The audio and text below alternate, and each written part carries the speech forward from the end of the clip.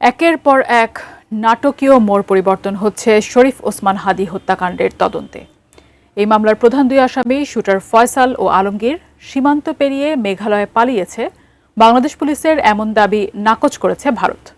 একই সঙ্গে পূর্তি ও সামি নামে কাউকে গ্রেফতারের কথাও অস্বীকার করেছে দেশটি।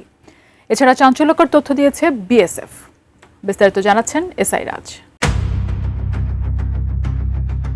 নানা আলোচনা সমালোচনা ও আন্দোলন বিক্ষোভের মধ্যে রোববার এক ব্রিফিংয়ে প্রথমবারের মতো ডিএমপির পক্ষ থেকে জানানো হয় ইনকিলাব মঞ্চের মুখপাত্র শরীফ ওসমান হাদি হত্যাকাণ্ডে মূল অভিযুক্ত ফয়সাল করিম ও আলমগীর শেখ দেশ ছেড়ে ভারতে পালিয়ে গেছে।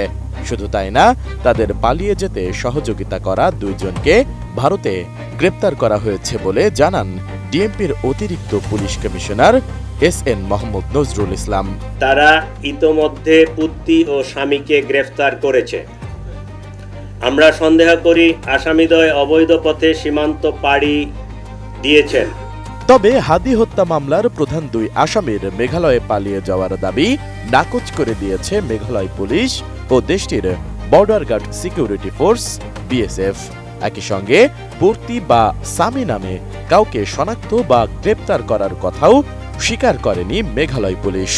এই খবর জানিয়েছে ভারতীয় সংবাদ মাধ্যম হিন্দুস্তান টাইমস ও মেঘালয় মনিটর।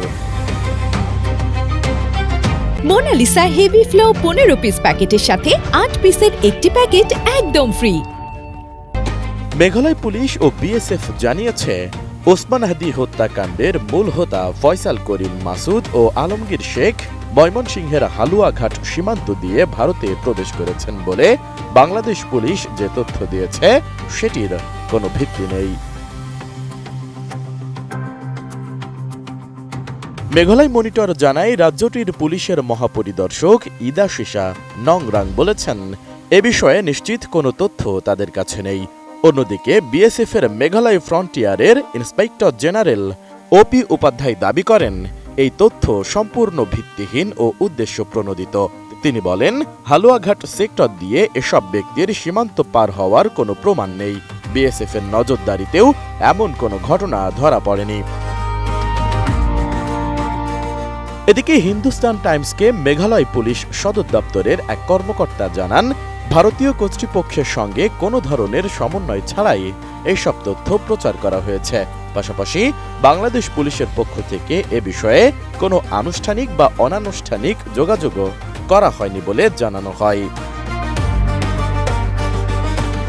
তবে দাবিগুলো প্রত্যাখ্যান করা হলেও সতর্কতামূলক ব্যবস্থা হিসেবে সীমান্ত এলাকায় নজরদারি বাড়ানো হয়েছে বলে জানিয়েছে মেঘালয় পুলিশ ও বিএসএফ। সেই সাথে বাংলাদেশ কর্তৃপক্ষের সঙ্গে সহযোগিতায় তারা প্রস্তুত রয়েছে বলেও জানানো হয়।